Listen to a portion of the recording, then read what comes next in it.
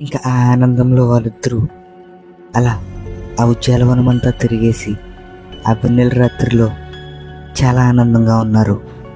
ఇంకా ఆ అందమైన స్త్రీతో అలా ముందుకు వెళ్తూ ఉన్న కొద్దీ ఎప్పుడు చూడనటువంటి ప్రదేశాలను చూస్తూ ముగ్ధుడైపోయాడు రాము. ఇంతలో ఆ యువతి రాముతో ఇలా అంటుంది, సరే మా ఇల్లు సమీపించింది, ఇంకొద్దిసేపట్లో నేను మా ఇంటికి వెళ్ళిపోతాను అని చెప్పేసరికి రాము ఇలా అన్నాడు, ఇంతవరకు నన్ను ప్రేమించానని చెప్పి ఒంటరిగా వదిలేసి ఎలా వెళ్ళిపోతున్నావు అని అడిగేసరికి ఆ యువతి రాముతో ఎలా అంటుంది, నిన్ను ఒక్కడినే వదిలేసి నేను ఎలా వెళ్తాను అని రాము చేయి పట్టుకుని, పద నిన్ను కూడా మా ఇంటికి తీసుకుని వెళ్తాను. అలా ఆ యువతి రాము యొక్క చేయిని గట్టిగా పట్టుకుని వాళ్ళ ఇంటి వైపు తీసుకుని వెళ్ళింది.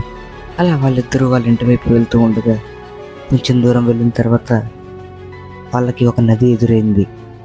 రాము ఇంతలో ఈ నది ఒడ్డుకి నన్ను ఎందుకు తీసుకొచ్చావు అని అడిగాడు. దానికి